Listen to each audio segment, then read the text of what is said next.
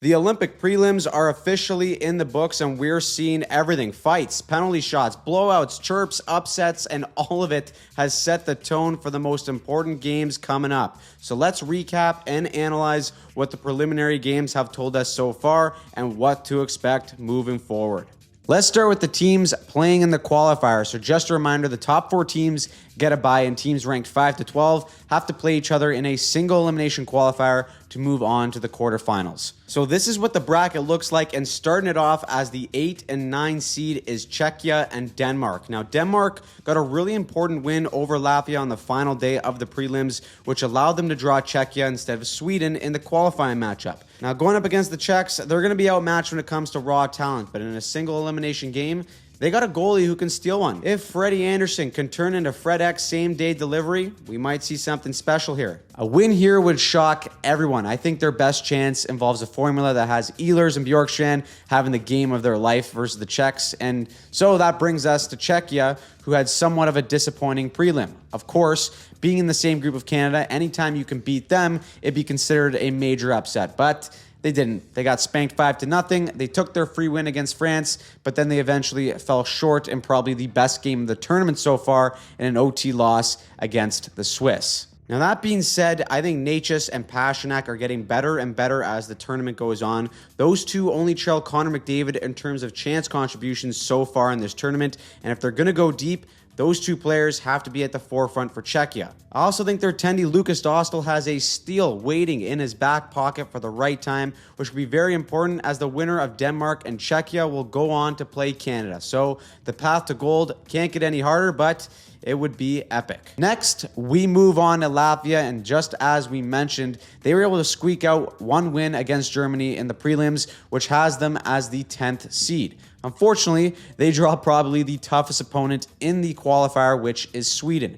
They're going to be outmatched in every single facet of this game, and like Italy and France, the only way they pull off an upset of this magnitude is if they can score first, create some doubt in the Swedes to get them to start grabbing their sticks a little bit tighter, and then get a gaudy performance from either Merzlikins or Shilovs. The funny part is that actually almost happened to Sweden when they played Italy in game 1 of the tournament. So the biggest thing for them will be to be disciplined in their structure and try to limit Sweden's grade A chances as a 5-man unit. It's a lot easier said than done, especially when we take a deeper look at Sweden. Despite going 2-1 in the prelims, they got shafted by goal differential and head-to-head against Slovakia and Finland, so now they got to go the long way.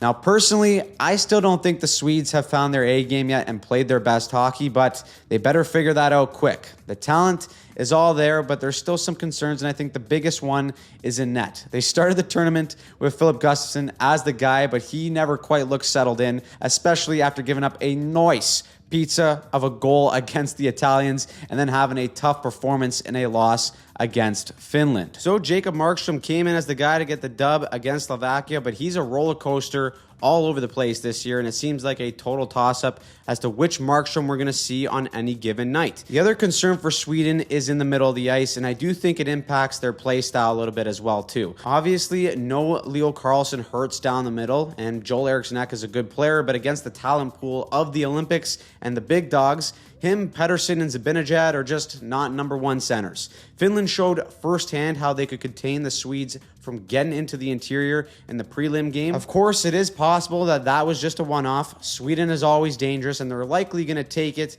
and so the winner of Sweden and Latvia will go on to play Team USA in the quarterfinal. Next up is France, who is clearly outmatched in this tournament, and like expected, lost all 3 of their prelim games, including a 10-2 beatdown from Team Canada. But hey, at least we saw our first Olympic fight between Tom Wilson and the French D-man, Pierre Crinin. Good thing for hockey, though, is we see some justice. The IIHF is deciding not to suspend anyone afterwards, which is the rule. I thought as soon as you fight, it's an auto suspension, but they get to decide if it's worthy or not and make a ruling on it. They decided no one's getting a sussy, which is fantastic. We should allow fighting anyways, so that's the right decision. Either way, the French did give us what we all expected so far, and that is a team that just doesn't stand a good chance, especially when they're giving up 3-on-0s while on the power play. I do guess it technically can't get worse, but going up against Germany in the qualifier, they are heavy underdogs. And speaking of the Germans, let's talk about them. For me, Germany was one of the teams that fell below expectations in these prelims. They had a confident win against Denmark to start the tournament until they were upset by Latvia in a 4-3 loss. The kicker is that they could have still won the group if they beat Team USA, but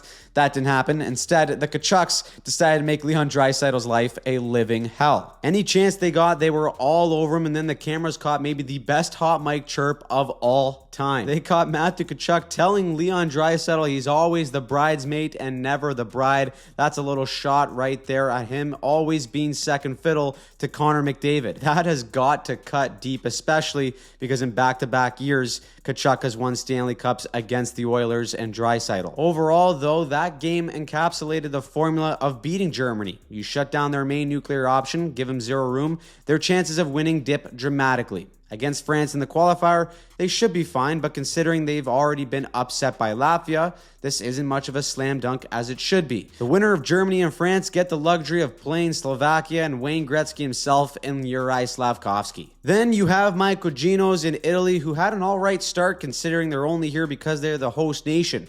They narrowly lost to Slovakia 3-2, put up a good fight against Sweden, and then it all went to shit after they got spanked 11-0 to Finland. That last game was how everyone thought that this was going to go for Italy all tournament. They got no current NHL players. In their games, the possession and shots are heavily favoring the other team, and they got some decent goaltending performances to hang in games. They draw Switzerland in the qualifier, and really the only chance they have is if they follow the same formula. Get the first goal, make the other team chase the game, and hopefully you pull off a miracle. Moving on to Switzerland, they finished just outside of the top four to get a bye into the quarters, but their solid performance mean they just got to beat Italy to get there.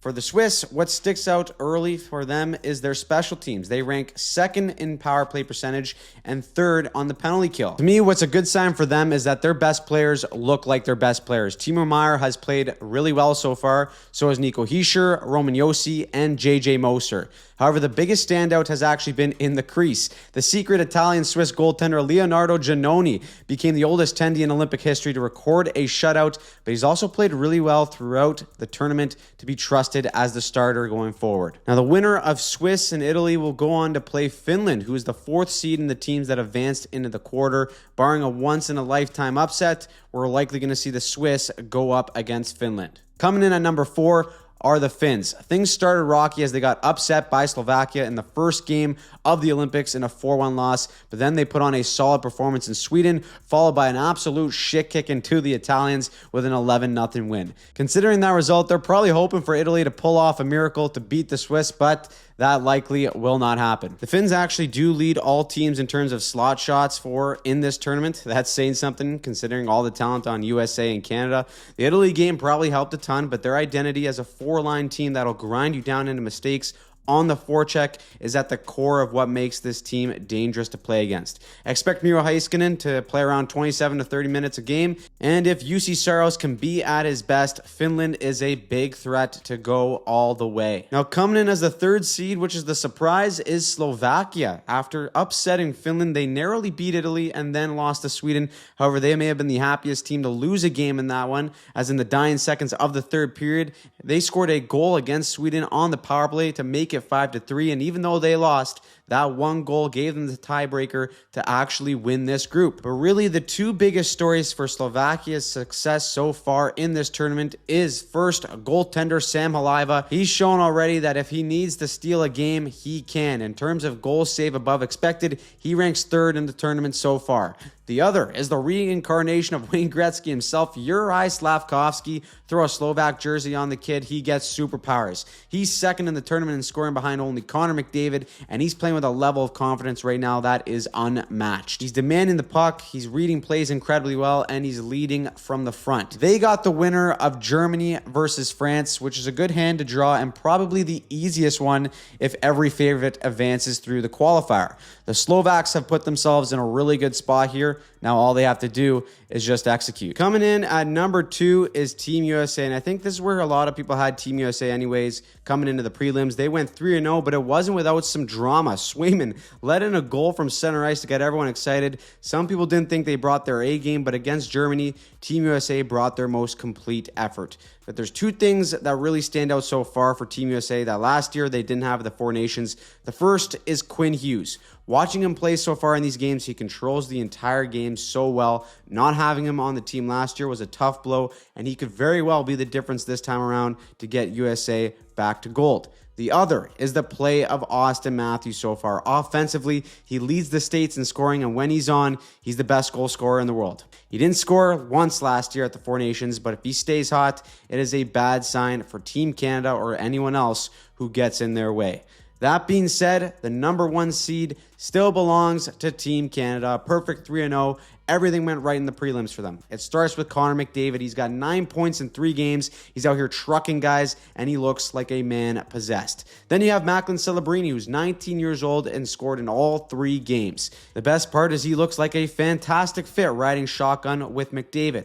The Crosby, Stone, and Marner line is maybe the greatest third line ever assembled in hockey history. And if John Cooper's feeling ballsy and wants to go truly nuclear, he can throw out the McDavid, McKinnon, and Celebrini line. Just ask the Swiss how hard that is to contain. Like usual, everyone was very concerned about goaltending, but in the 3 games, the goaltending has been solid. Binnington got a shutout in game 1, and Logan Thompson looked good against the Swiss. Right now, the Canadians look determined. They got the winner between Czechia and Denmark, and in the likely scenario that they do play Czechia, they're going to look to repeat the formula of that game, and it's one where they own them in the neutral zone. If Canada starts executing those same little 3-foot support plays in the neutral zone to get controlled possessions like they did in game 1 versus the Czechs, we'll probably see a repeat of a Canadian win. But it's a single elimination game, and anything can happen. So, what did you think of the entire preliminary round of the Olympics so far? Who surprised you? Who pissed you off? Let us know in the comments down below. We're going to be breaking down every game, especially the big ones moving forward now. With us being in the elimination stage, breakdowns will get more in-depth, so make sure you subscribe to the channel and turn on notifications so that you don't miss a single thing for these Olympics.